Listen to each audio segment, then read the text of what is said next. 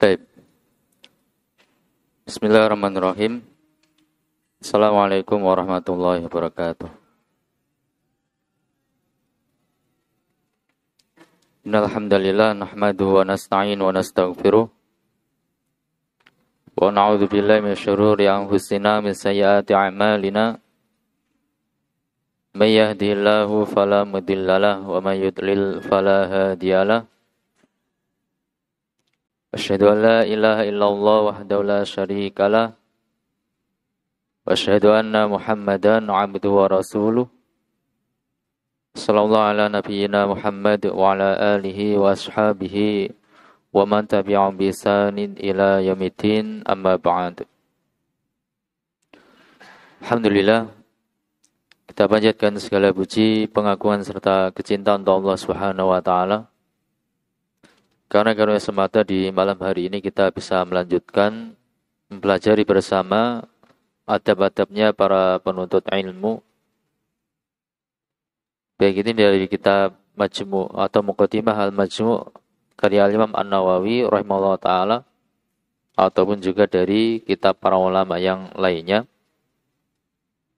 Insyaallah malam hari ini kita akan melanjutkan suatu pembahasan disebutkan oleh Al-Imam An-Nawawi rahimahullah ta'ala dalam Muqaddimah Al-Majmu'.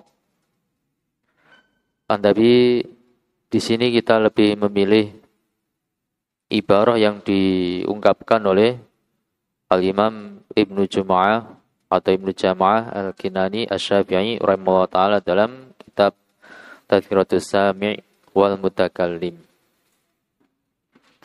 Adapun dalam pertemuan-pertemuan yang sebelumnya, mungkin 2 atau 3 pertemuan kita membahas tentang yakni semangatnya para ulama ataupun para penuntut ilmu rahmatullahi ajmain dalam kegiatan-kegiatan ilmiah mereka. Dan telah kita lewati sebagian kecil di antara contoh-contoh semangatnya para ulama atau penuntut ilmu dalam kegiatan ilmiah, baik dari ulama yang terdahulu ataupun apa yang ada di para penuntut ilmu maupun para ulama di masa kita sekarang ini. Kemarin telah kita lewati bagaimana Al-Imam Asy-Syafi'i rahimahullah ta'ala, beliau tidak patah arang, beliau tidak putus asa meskipun dengan segala keterbatasan yang ada. Beliau tetap semangat di dalam menuntut ilmu, sampai beliau menulis hadis atau menulis ilmu itu pada yakni tulang-tulang yang sudah mengering. Ya, tulang-tulang yang sudah mengering karena beliau tidak memiliki kertas, tidak punya harta untuk membeli kertas, maka beliau kalau mendapatkan tulang yang sudah mengkilap, yakni yang sudah kering mengkilap begitu, beliau ambil, beliau senang sekali, beliau ambil, kemudian beliau jadikan itu sebagai media untuk mencatat penggantinya kertas. Nah, itu Al-Imam Asy-Syafi'i rahimahullah ta'ala, yang mana beliau usia 7 tahun hafal Quran, usia 10 tahun sudah hafal Muwatta Imam Malik rahimahullah ta'ala, usia 15 tahun menjadi mufti. Ya, menjadi mufti di usia 15 tahun, itu Al-Imam Asy-Syafi'i rahimahullah ta'ala.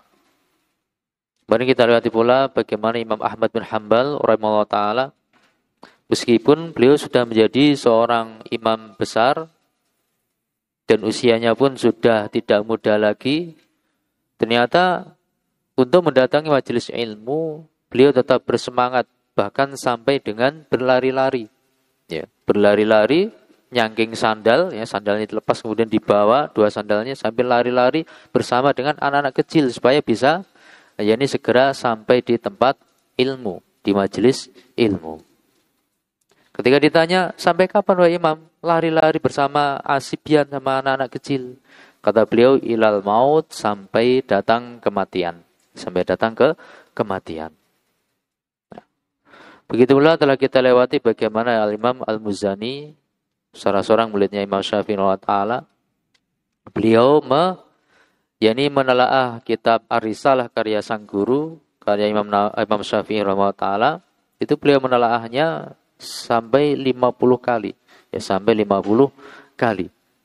Dan setiap kali beliau menelaah membaca ulang kitab Risalah karya sang guru, karya Imam Asy-Syafi'i rahimahullah taala, beliau mendapatkan faedah-faedah yang baru, yang baru. Atau sebagian ulama yang dikenal dengan faqihul Iraq, ulama Hanabilah, ya, beliau berulang kali menelaah kitab Al-Mughni karya Al-Imam Ibnu Qudamah Al-Hambali rahimahullah taala. Al-Mughni itu segini, Al-Mughni. Itu ditelaah sampai beberapa kali. Nah, kemudian juga bagaimana Syekhul Islam Ibnu Taimiyah rahimahullah taala, beliau yakni ketika meneliti tentang masalah ayat-ayat terkait sifat-sifatnya Allah Subhanahu wa taala, maka semua kitab-kitab tafsir yang beliau ketahui, beliau telaah. Ya, beliau telaah. Sampai lebih dari 100 kitab tafsir beliau telaah. Kesimpulannya, tidak beliau dapati satupun sahabat ataupun salaf yang mentakwil ayat-ayat terkait sifat-sifatnya Allah SWT. Tidak beliau dapati satupun sahabat ataupun salaf yang mentakwil satupun dari hadis-hadis tentang sifat-sifatnya Allah Subhanahu wa taala. Begitu pula Al-Hafidz Ibnu Hajar Asqalani rahimahullah taala, bagaimana beliau untuk meneliti jalur-jalur periwayatan dari hadis innamal a'malu binniyat. Beliau sampai apa? Sampai meneliti yakni sekian banyak juz yang membahas tentang hadis tersebut.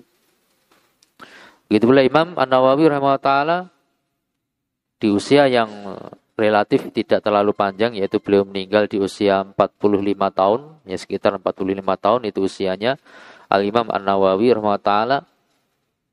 Tapi beliau memiliki karya tulis yang sangat banyak. Ada Riyadhus Shalihin, Al-Adhkar, Al-Majmu', Syarah Muhadzab. Ada juga banyak, atau Syarah Sahih Muslim, Minhajut Thalibin, Raudhut Thalibin. Raudhut Thalibin itu ya ada yang 5 jilid, ada juga yang lebih dari 5 jilid tergantung cetakannya. Banyak sekali karya-karyanya Al-Imam An-Nawawi rahimahullah taala. Padahal dalam usia cuma 45 tahun. Ya, cuma 45 tahun. Kemudian kesehariannya pun darasnya 13 daras. Itu masih bisa menghasilkan karya tulis yang sedemikian hebatnya. Ya. Dan itu tidak terbatas pada ulama-ulama yang terdahulu. Ini juga telah kita sebutkan bagaimana ayahandanya Syekh Dr. Muhammad Mukhtar Asy-Syankiti Hamidullah Ta'ala itu ketika mencari ilmu itu perjalanan dengan jalan kaki 5.000 kilo. Ya, 5.000 kilo perjalanan kaki. Dan dulu pernah kita sebutkan mula bagaimana Imam yakni dari ulama yang terdahulu Baqiyun Makhlad rahimahullah ta'ala Al-Andalusi dari Andalus berjalan ke Baghdad jalan kaki sampai sepatu besinya itu patah atau pecah. Untuk jalan kaki mencari ilmu, jalan kaki mencari ilmu. Begitu pula Syekh bin Baz rahimahullah taala, ya beliau senantiasa memanfaatkan waktu-waktunya. Ya, banyak cerita-cerita dari beliau rahimahullah taala, di antaranya kemarin kita sebutkan bagaimana beliau menghafal Alfiyatul Iraqi di sela-sela waktu ketika apa? Ketika berwudu. Beliau kan buta. Hilang penglihatan matanya. Jadi Syekh bin Baz rahimahullah itu lahir dalam keadaan normal. Ya. Kemudian ketika usia 16 tahun kemudian pandangan matanya berkurang. 16 tahun pandangan matanya berkurang. Nah di usia 20 tahun buta. Ya, usia 20 tahun beliau menjadi buta. Ya, tentu ibunya sangat bersedih, tapi dihibur oleh sebagian tetangganya, ya wanita tetangganya. Ya adalah dimintakan pada Allah Subhanahu wa taala supaya ya ini basor pandangannya itu diganti dengan basirah. Ya, diganti dengan basirah, ilmu di dalam hati beliau. Akhirnya sang ibu pun banyak dan sungguh-sungguh mendoakan Syekh bin Baz rahimahullah taala sehingga ya kita tahu bagaimana beliau seorang ulama besar di masa ini diakui oleh lawan maupun kawan. Beliau juga Syekh bin Baz rahimahullah taala Dalam perjalanan ya, beliau senantiasa memanfaatkan waktunya untuk mencari ilmu, yaitu dengan dibacakan. Ya, dengan dibacakan selama perjalanan itu tentang kitab-kitabnya para ulama rahmatullahi alaihim ajmain. Syekh Albani taala kesehariannya di Maktabah Al-Zahiriyah itu 18 jam. Nah, 18 jam sehari. Ya, kesehariannya seperti itu. Saya Albani ya, saya Albani taala di Maktabah Al-Zahiriyah di Damaskus itu dalam sehariannya itu 18 jam di maktabah. Kemudian kita ceritakan bagaimana ketika beliau melewati suatu makhtutah, suatu manuskrip, hilang satu lembar kok nggak ada. Beliau cari. Mencarinya sampai apa? Sampai dibaca seluruh makhtutah yang ada di Maktabah Zahiriyah itu.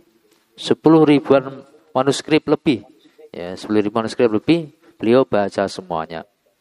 Satu kali tetap nggak dapat, beliau baca lagi 2 kali semuanya, nggak dapat lagi. Dibaca lagi ketiga kali semuanya, tidak dapat juga. Nah, ini semangatnya Syekh bin Baz, Syekh Albani, rahimahullah ta'ala. Ya. Kemudian dari situ beliau mendapatkan faedah-faedah yang banyak. Karena di situ banyak terdapat manuskrip-manuskrip, tulisan-tulisan tangan, makhtutah-makhtutah yang itu belum didapati atau belum diketahui oleh para ulama yang lainnya. Ada di situ tapi tidak didapati, masih berupa manuskrip tulisan tangan, belum dicetak, sehingga ulama-ulama yang lain tidak mengetahui. Nah, di situ beliau dapatkan faedah-faedah tentang hadis, jalur-jalur periwayatan hadis, hingga menghasilkan karya-karya beliau yang yakni luar biasa, ya, silsilah ad-dhaifah, silsilah as-shahihah dan yang lainnya. Dan bagaimana ya, ini sebagian penuntut ilmu punya apa? Punya program dalam sehari membaca 1 jilid. Dalam sehari khatam 1 jilid. Dalam sehari khatam satu jilid. Ya, itu bisa dibayangkan bagaimana membacanya. Atau kemarin juga kita lewati bagaimana seorang penuntut ilmu mentahqiq tafsir Ibnu Katsir selesai 6 bulan. Selesai 6 bulan. Bukan hanya membaca tapi mentahqiq, meneliti tafsir Ibnu Katsir selesai dalam 6 bulan. Tapi ya gitu, ngebleng di ruangan khusus, tidak ketemu dengan orang lain sama sekali. Keluar cuma apa? Keluar untuk sholat, makan, dan tidur. Itu yang memberhentikannya dari programnya untuk mentahqiq tafsir Ibnu Katsir rahimahullah ta'ala. Begitu pula terakhir kemarin kita sebutkan bagaimana Syekh Utsaimin rahimahullah ta'ala di 1 tahun terakhir kehidupan beliau divonis yakni mengalami penyakit kanker dan diminta untuk berhenti mengajar, tapi di akhir-akhir ternyata beliau malah minta untuk dibawa ke mana? Dibawa ke Masjidil Haram. Dibawa ke Masjidil Haram. Akhirnya dibawa ke Masjidil Haram dalam kondisi di fisik beliau ya tertancap alat-alat medis. Alat-alat medis. Kemudian beliau menyampaikan darus di Masjidil Haram ketika musim haji itu dari ruangan khusus para imam Masjidil Haram dengan pengeras suara. Nah, ini semangatnya beliau rahimahullah ta'ala sampai melihat fenomena yang demikian luar biasa itu. Syekh Dr. Abdul Al-Jibrin rahimahullah ta'ala, beliau sampai menangis melihat semangat yang luar biasa dari Syekh Utsaimin rahimahullah ta'ala. Tapi itu sebagian dari apa yang kita pernah baca, terlewati dalam pembahasan yang terdahulu. Soal malam hari ini kita lanjutkan pembahasan berikutnya tentang masalah membagi waktu. Ya, tentang masalah tata cara membagi waktu. Secara umum ini disebutkan oleh Imam Nawawi rahimahullah dalam Muqaddimah Al-Majmu'. Tapi di sini ungkapannya kita ambil dari kalamnya Al-Imam Ibnu Jama'ah Asy-Syafi'i rahimahullah ta'ala dalam Tadhkiratus Sami' wal Mutakallim. Dan kita bermohon pada Allah SWT, semoga Allah Azza wa Jalla senantiasa memberikan kemudahan pada kita semuanya di dalam menuntut ilmu syar'i, dalam memahaminya, mengamalkan serta mengajarkan atau mendakwahkan kepada yang lainnya. Dan semoga Allah SWT menjadikan ilmu kita sebagai ilmu yang bermanfaat dan diberkahi. Khanifiddini rahimani wa rahmakumullah. Kata Al-Imam Ibnu Jama'ah rahimahullah ta'ala, di antara adabnya seorang penuntut ilmu, ayyukassima awqata laylihi wa naharihi. hendaknya dia membagi membagi-bagi awqata lailihi, waktu-waktu yakni di malam harinya, wa naharihi, dan di siang harinya. Ya, jadi kita sebagai seorang penuntut ilmu harus memahami dan pandai-pandai serta cermat, teliti di dalam membagi waktu kita sebaik-baiknya. Ya, membagi waktu kita sebaik-baiknya. Ada waktu siang, ada waktu malam. Diterangkan oleh Syekh Dr. Shalih Al-Utsaimin hafizahullah taala bahwasanya amalan-amalan itu ada yang pantasnya itu, pasnya itu untuk malam hari, tidak pas kalau untuk siang hari. Ada pula amalan-amalan itu yang pasnya untuk siang hari, tidak pas untuk malam hari.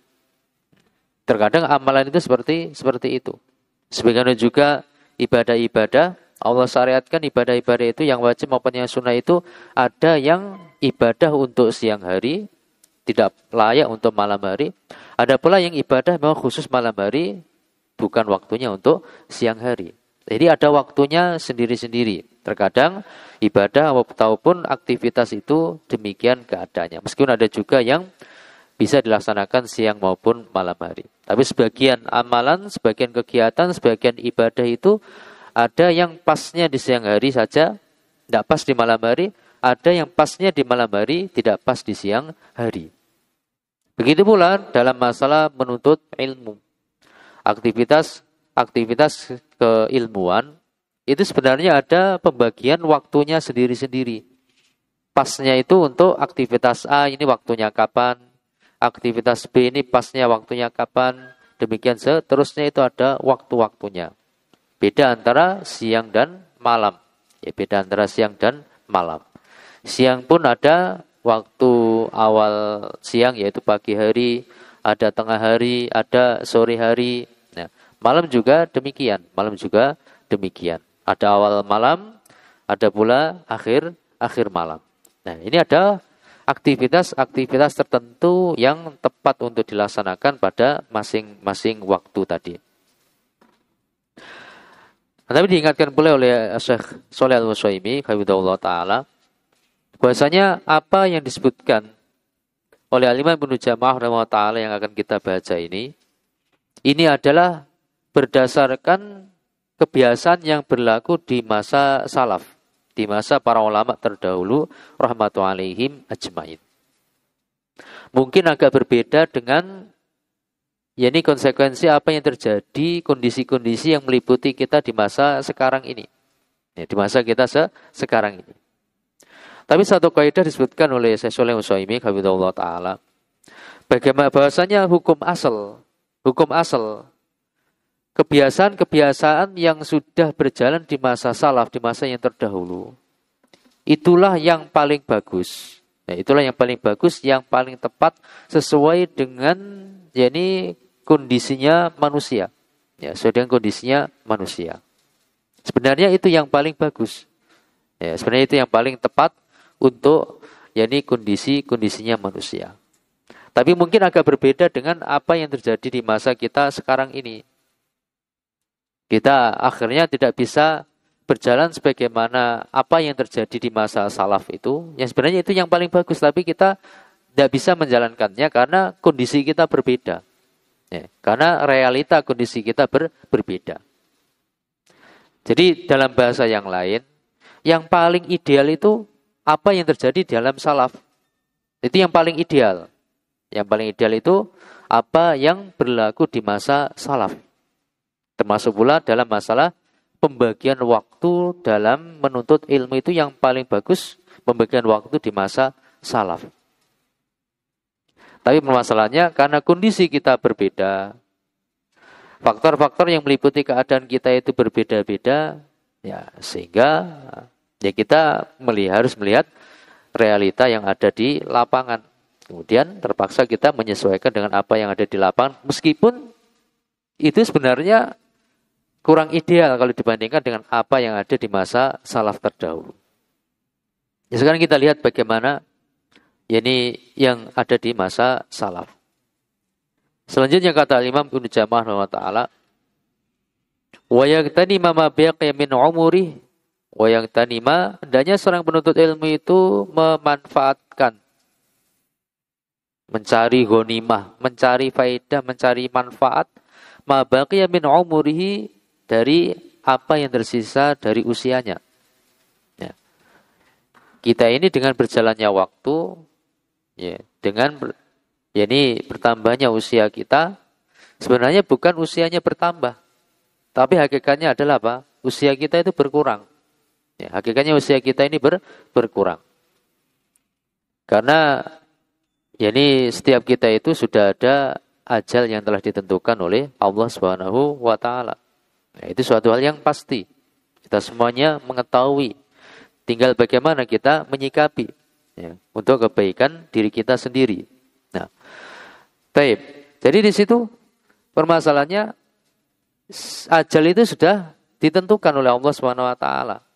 Maka setiap hari kita melampaui, ya, bertambah satu hari, berarti hakikatnya umur kita itu berkurang satu hari. Jatah umur kita itu berkurang satu hari. Ya, maka beliau nasihatkan, hendaknya kita pandai-pandai dalam memanfaatkan umur yang tersisa. Memanfaatkan umur yang tersisa. Dan kita semua pun tidak ada yang mengetahui, ya, kapan kita akan dipanggil untuk menghadap pada Allah Subhanahu wa taala. Tidak disyaratkan meninggal itu dalam usia tua, itu tidak disyaratkan demikian. Tidak ada syaratnya meninggal itu harus usia tua, harus orangnya sakit, ya, harus sudah punya anak, atau harus sudah punya cucu, sudah punya cicit. Itu tidak ada syarat-syarat seperti itu. Ya. Jadi usia itu sudah ada ketentuannya, dan kita semuanya tidak mengetahui kapan kita akan menghadap pada Allah Subhanahu wa taala. Maka di sini pentingnya kita memanfaatkan waktu sebaik-baiknya. Untuk apa? Untuk ilmu dan amal. Di antara dua itu saja, ilmu yang bermanfaat dan amal yang soleh. Ilmu yang bermanfaat, amal yang soleh, begitu seterusnya. Fa inna baqiyatal umuri la qimata lahu.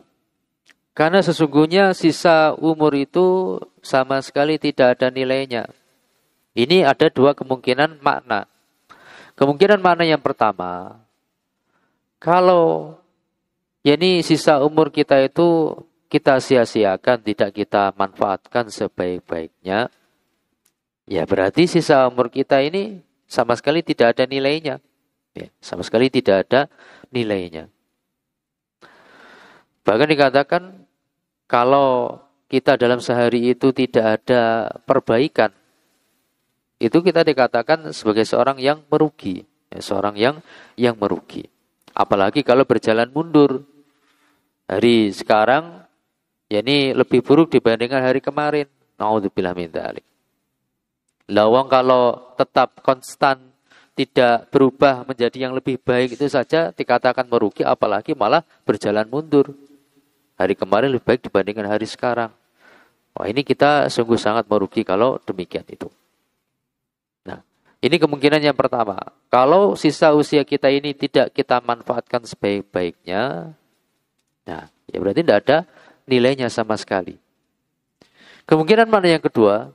Kalau kita dengan pertolongan dari Allah SWT mampu untuk memanfaatkan sisa umur kita dengan sebaik-baiknya, ya dengan sebaik-baiknya, maka berarti sisa dari umur kita itu adalah suatu sisa umur yang nilainya tak ternilai. Ya. Lagi mata laut dalam artian tak ternilai, yaitu tak terhingga nilainya.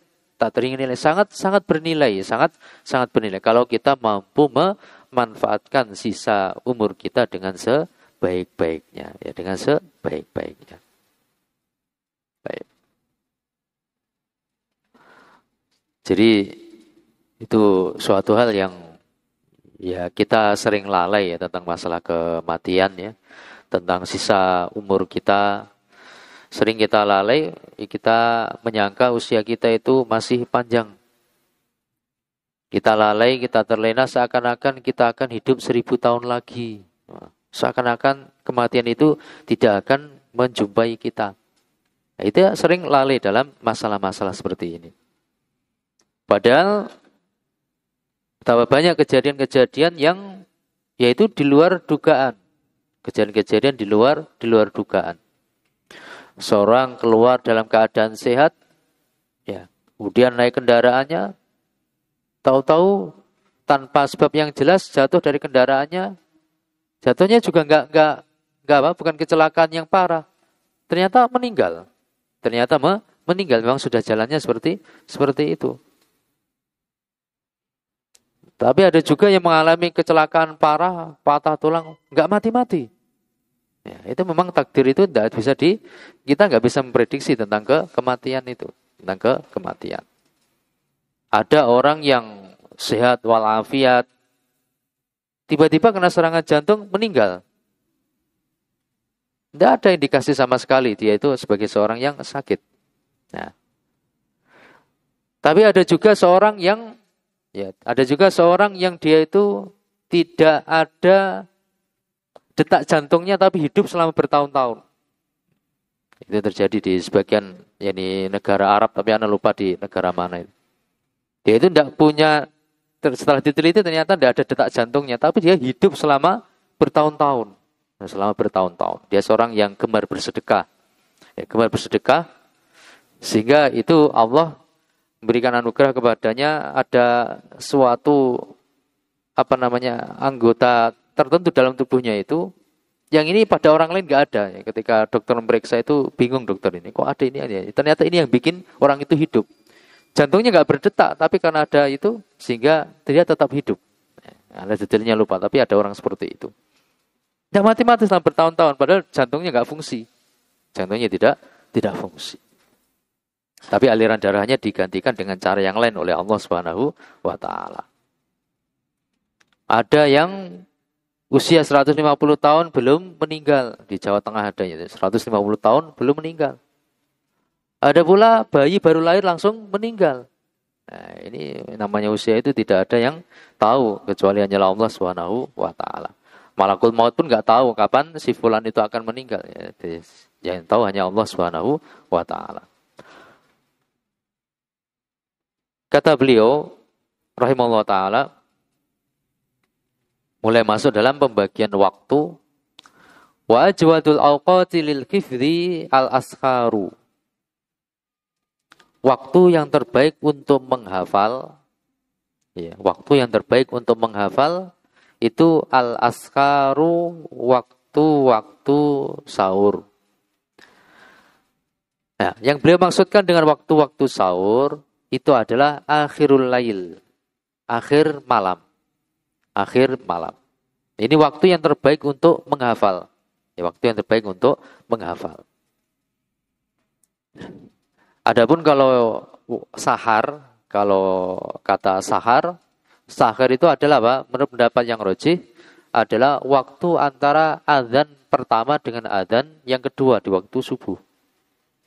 Kata Syekh Shalih Al-Utsaimin, hafizahullah taala, antara azan pertama dan kedua itu jaraknya sekitar 15 menit sampai 20 menit. Itu kalau pendapatnya beliau, dan itu pendapat yang tepat atau lebih tepat. Jadi sekitar 15 menit sampai 20 menit. Antara azan pertama dan azan kedua waktu subuh. Karena yang terjadi di masa Bilal radhiyallahu taala anhu itu, jarak antara azan pertama dan azan kedua itu sekedar Bilal turun radhiyallahu anhu, kemudian Ibnu Maktum radhiyallahu taala anhu dapat berita masuk waktu subuh, kemudian beliau naik. Itu tidak terlalu lama. Ya. Perkiraan Syekh Shalih Al-Utsaimin hafizahullah taala sekitar 15 menit sampai 20 menit. Nah, itu waktu sahar. Tapi yang beliau maksudkan di sini al-ashar itu adalah waktu-waktu sahar. Ya, berarti maksudnya dijelaskan oleh Syekh Utsaimin hafizahullah taala, maksudnya adalah akhirul lail, akhir malam. Mungkin dalam bahasa kita sekitar jam 2 sampai subuh. Ya, sekitar jam 2 sampai subuh. Nah, ini yang kita isyaratkan tadi, bahwasanya idealnya adalah apa yang berlaku di masa salaf. Karena di masa salaf itu mereka, ini kebiasaan yang berlaku dan juga yang biasa dilakukan oleh Rasulullah SAW pada kondisi umumnya adalah apa? Setelah sholat isya itu, ya, tidurnya tidak terlalu larut, ya, tidurnya tidak terlalu larut malam. Kalau dalam perkiraan kita ya mungkin sekitar jam 9, gitu. Sekitar jam 9. Nanti bangunnya jam 2. Ya, jam 9 kemudian bangunnya jam 2 itu yang paling ideal insyaallah taala. Itu yang paling ideal insyaallah taala. Ya, tapi kondisi kita ternyata berbeda. Ya, kondisi kita ternyata berbeda. Kalau di sini aturannya jam 10 ya. Aturannya jam 10 lampu mati tapi ternyata tidurnya jam 12 jam 1 malam. Wah, ini terlalu sibuk belajar sampai tidurnya jam 12 malam sampai jam 1 malam. Santri-santri sini kan giat-giat belajar ya, tidurnya sampai jam 12 malam, jam 1 malam gitu. Nah, ini tapi nanti efeknya pada apa? Efeknya untuk bangunnya, nanti efeknya untuk bangun jam 3, untuk sholat tahajud, bahkan untuk sholat subuh ataupun apa namanya? Halaqah pada subuh itu nanti agak berat karena terlalu semangat ya, terlalu semangat belajarnya, tidurnya jam 12 malam, jam 1 malam. Ya, ini efeknya kurang baik untuk pagi harinya ya, kurang baik pada pagi harinya. Jadi yang paling ideal ini sebenarnya jam 9 persiapan tidur ya, 9 itu ke kamar mandi, kemudian sikat gigi, berwudu, kemudian sholat ba'da wudu, kemudian baca surah apa? Al-Isra, Al-Mulk, As-Sajdah begitu. Kemudian zikir-zikir sebelum tidur. Ya, cukup 1 jam, kemudian jam 10 sudah tidur. Ya, 10 sudah tidur. Nanti jam 2 bangun. Nah, itu yang paling ideal.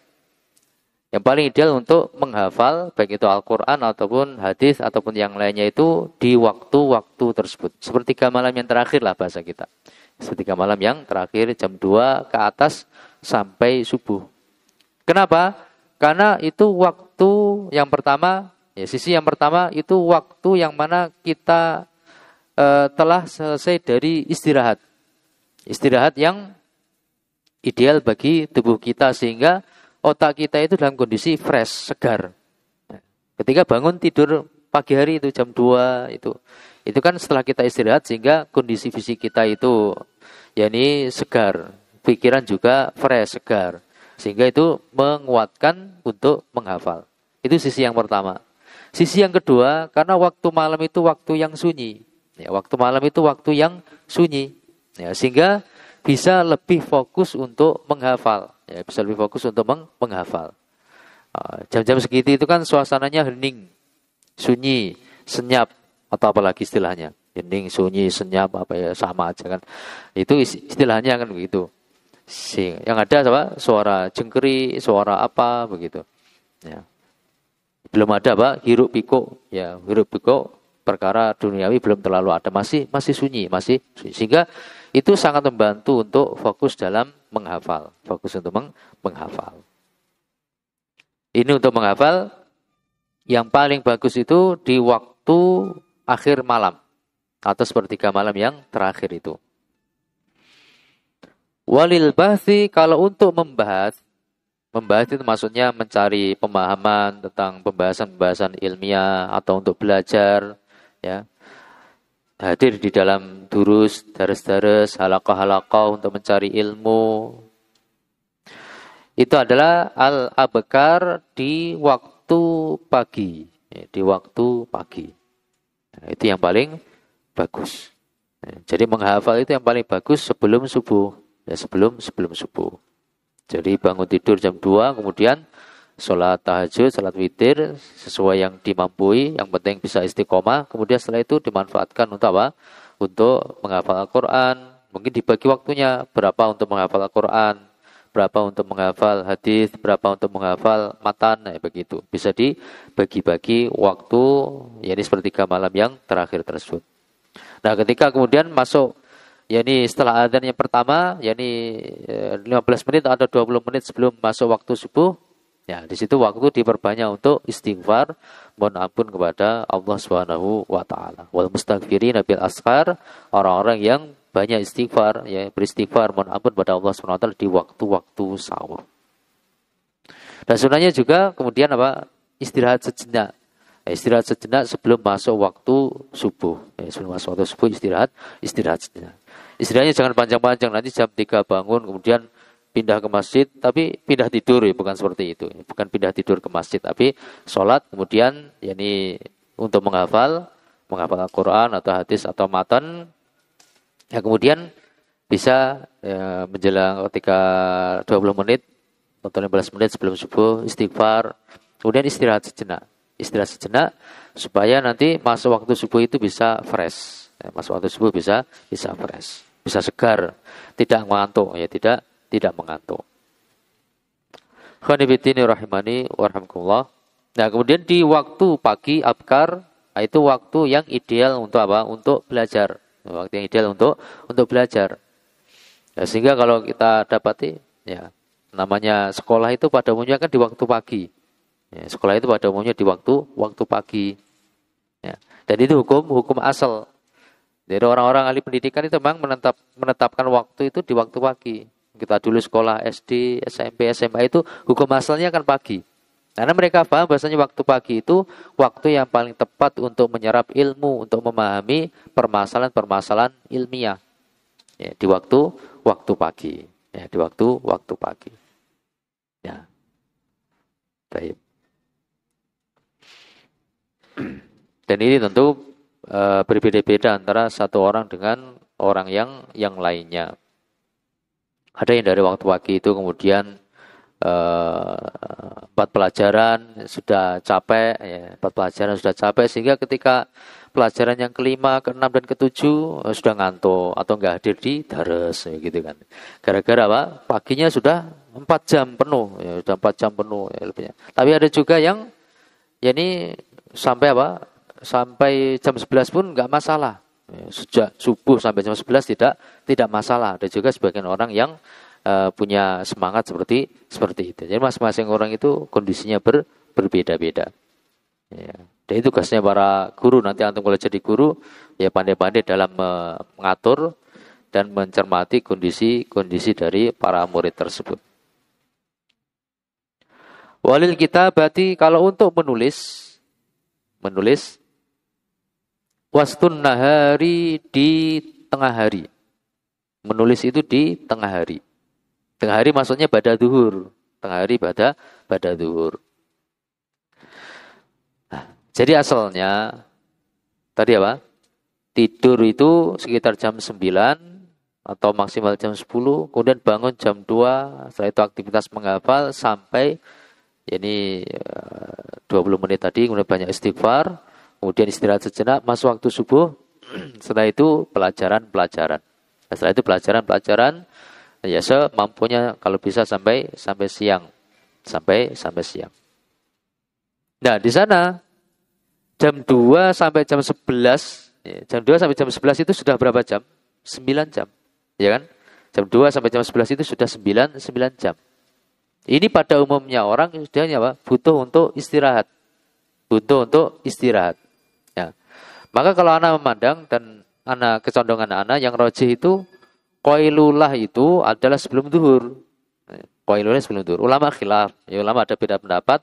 Sebagian berpendapat qailullah tidur siang itu sebelum zuhur. Sebagian ulama yang lain berpendapat qailullah itu setelah zuhur. Ini dua pendapat di antara para ulama. Tapi kalau Anda pribadi condong qailullah itu lebih tepatnya sebelum zuhur. Qailullah tepatnya sebelum zuhur.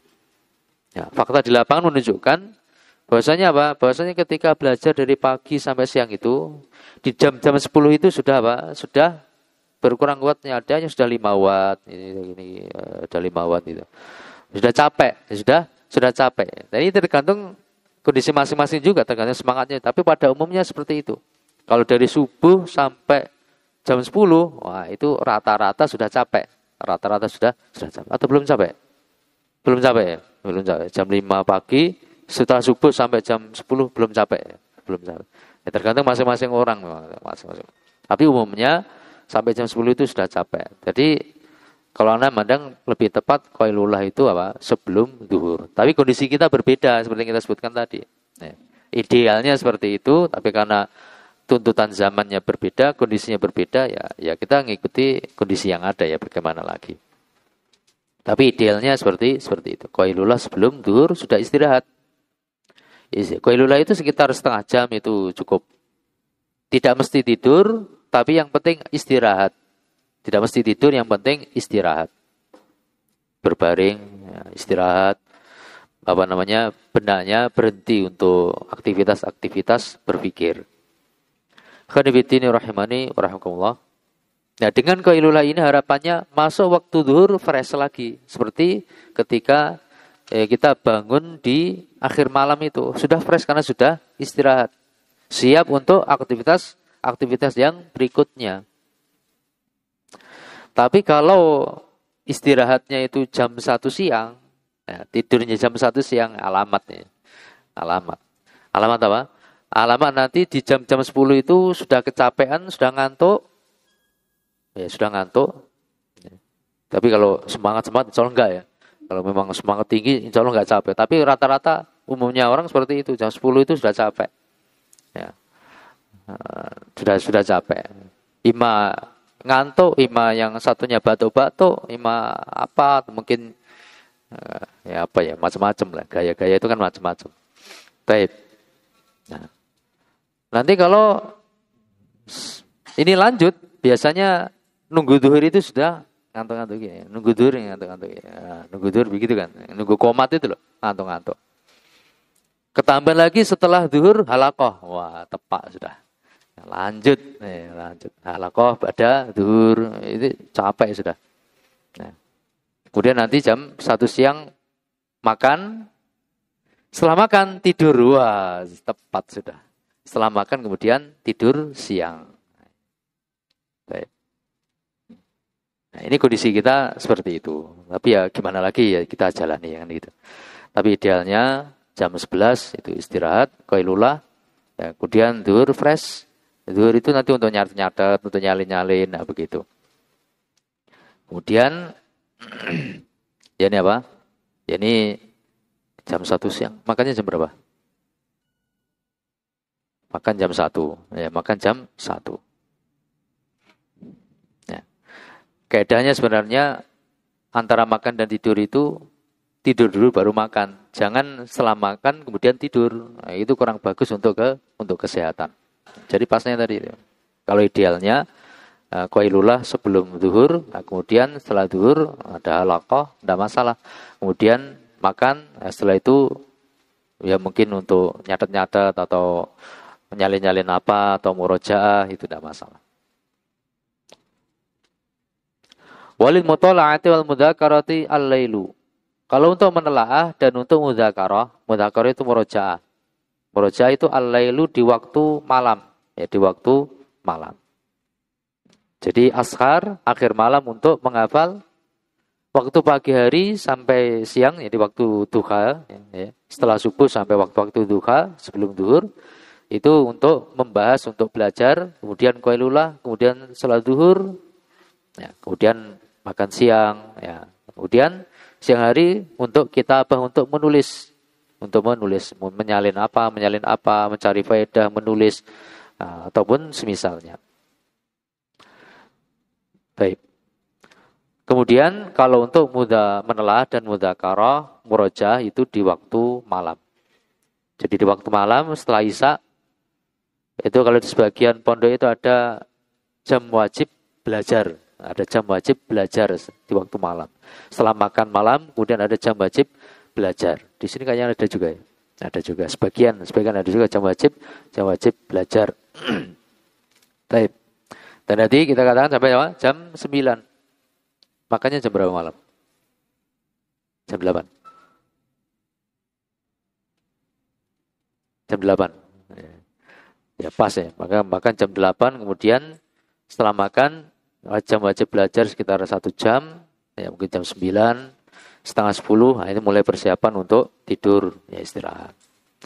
Jadi intinya jangan terlalu semangat sehingga sudah dipatok jam 10 tidur, terlalu semangat belajar tidurnya jam 12 malam, jam 1 malam, nah itu nanti kecapean nanti. Dan kalau sudah capek nanti efeknya kepada hal-hal yang lain. Capek itu nanti kaitannya kan kurang istirahat. Capek, kurang istirahat, itu nanti efeknya ke emosi.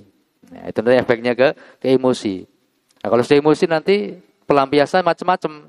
Ima pelampiasan ke teman, ima membuli, atau pelampiasannya ke fasilitas pondok, kamar mandi, atau bangku, atau apa. Tapi sini insya Allah nggak ada ya seperti itu. Emosi terkendali insya Allah. Emosi terkendali kan itu. Itu nanti masuk ke situ. Masuk ke situ. Kalau kurang istirahat, larinya ke emosi. Ya, emosi tidak terkendali. Nah, atau nanti bikin ulah begini, ya, itu. Ima ulah di dalam atau ima ulah di luar dan seterusnya. Itu harus di-manage sebenarnya masalah apa? Masalah istirahat, masalah pembagian waktu itu seharusnya di manage yang sebaik-baik. Tapi insya Allah di sini sudah baik. Wallahu a'lam bishawab. Ini baru kita baca kalamnya Imam Ibnu Jamah rahimahullah taala.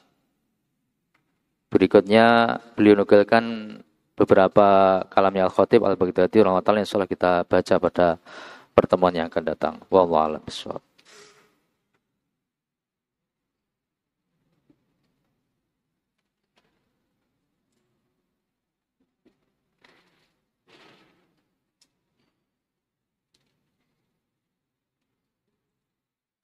Apa hukumnya terlambat dalam khutbah Jumat atau sholat Jumat?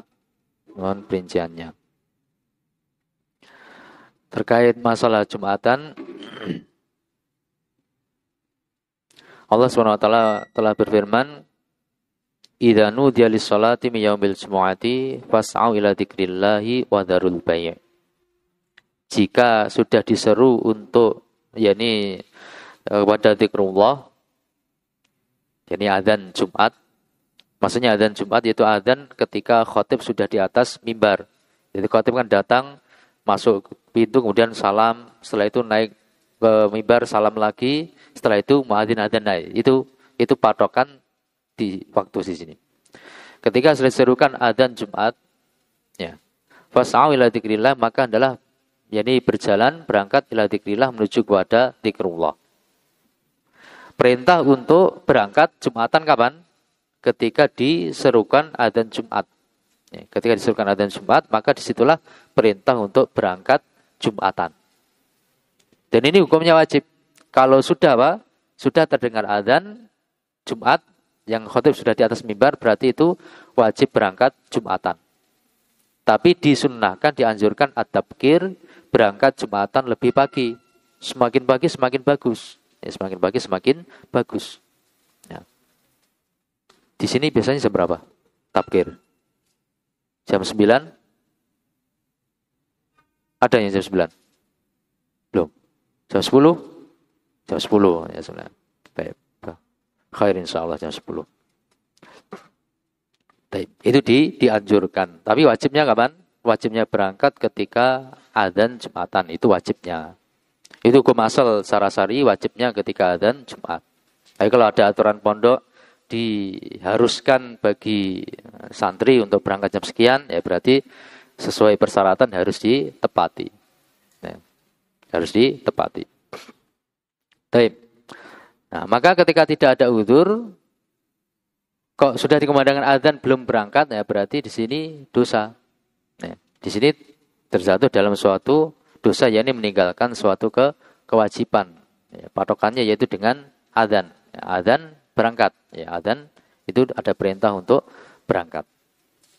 Tentu persiapannya berarti sebelum adzan. Ya, persiapannya berarti sebelum adzan. Nah, kalau berangkatnya pas adzan, kemungkinan apa? Kemungkinan berarti masih mendapati khutbah, tapi bagian awalnya tidak dapat. Ya. Dan mendapati khutbah itu bukan syarat sahnya individu untuk mendapatkan atau sahnya Jumatannya per individu, tidak.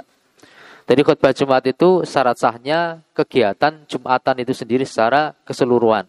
Tapi bukan syarat sahnya Jumatan masing-masing individu.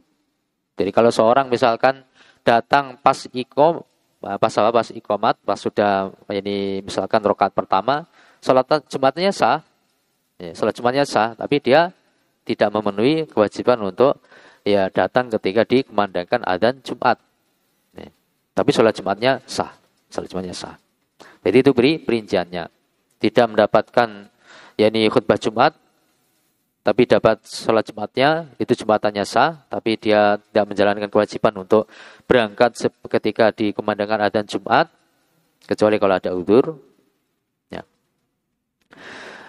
Adapun kalau terluput Jumatannya, maka patokannya adalah apa? Patokannya mendapatkan Jumatan itu mendapatkan rukuk pada rakaat yang kedua. Mendapatkan rukuk pada rakaat kedua berarti itu mendapatkan Jumatan. Tinggal nambah 1 rakaat. Tapi kalau dia masuk sholat Jumat itu imam sudah Sami'allahu liman hamidah di rakaat yang kedua, berarti nanti dia menambah 4 rakaat sholat zuhur. Wallahu a'lam bishawab. Apa hukumnya menelan ludah pada saat kita puasa? Ini ada perinciannya, tapi secara umum menelan ludah pada saat berpuasa, yakni ludah yang belum keluar ya, ludah yang masih ada di dalam mulut itu tidak membatalkan puasa. Ya, menelan ludah yang masih di dalam mulut itu tidak membatalkan puasa. Itu ringkasnya. Dan di sana ada perincian-perincian dari para ulama. Wallahu a'lam bishawab.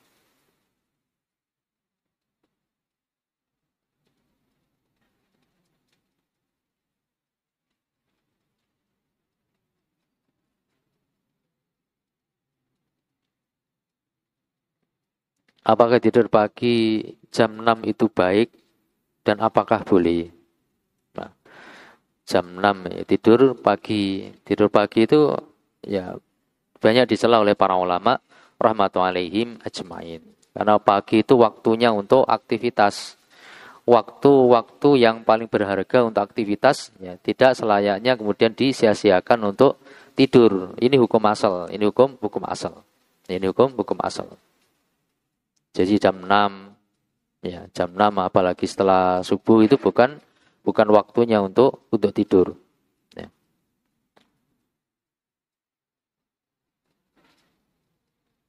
Baik.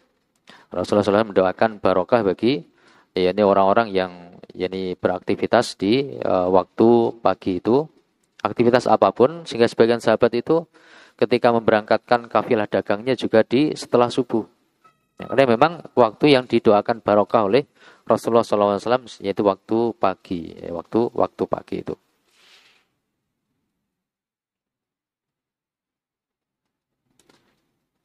Baik. Kecuali apa? Kecuali kalau di waktu malamnya memang ada kegiatan yang khusus sehingga mengharuskan untuk sahar, yaitu untuk bergadang, ya, bergadang karena untuk maslahat tertentu yang memang harus untuk bergadang. Seperti para ulama terkadang kita ceritakan kemarin, para ulama itu kalau sudah mudzakarah, sudah murojaah itu sampai lupa waktu, tersadarkan ketika adzan subuh. Dan itu bukan hanya ulama terdahulu. Kadang-kadang ulama zaman kita sekarang pun juga ada yang seperti itu. Ya. Mereka membahas apa gitu, tidak sadar sudah adzan subuh. Nah, kalau seperti itu maka tidak mengapa tidur pagi sebagai gantinya tadi belum tidur. Tapi jangan jadikan sebagai kebiasaan. Ya. Ya. Itu para ulama ya. Kegiatannya apa? Kegiatan-kegiatan yang bermanfaat. Tapi kalau kegiatannya bergadang, ngobrol, ngalor ngidul, apalagi hal yang sifatnya maksiat, kemudian tidur pagi, wes ini kegelapan di atas kegelapan. Naudzubillah min dzalik.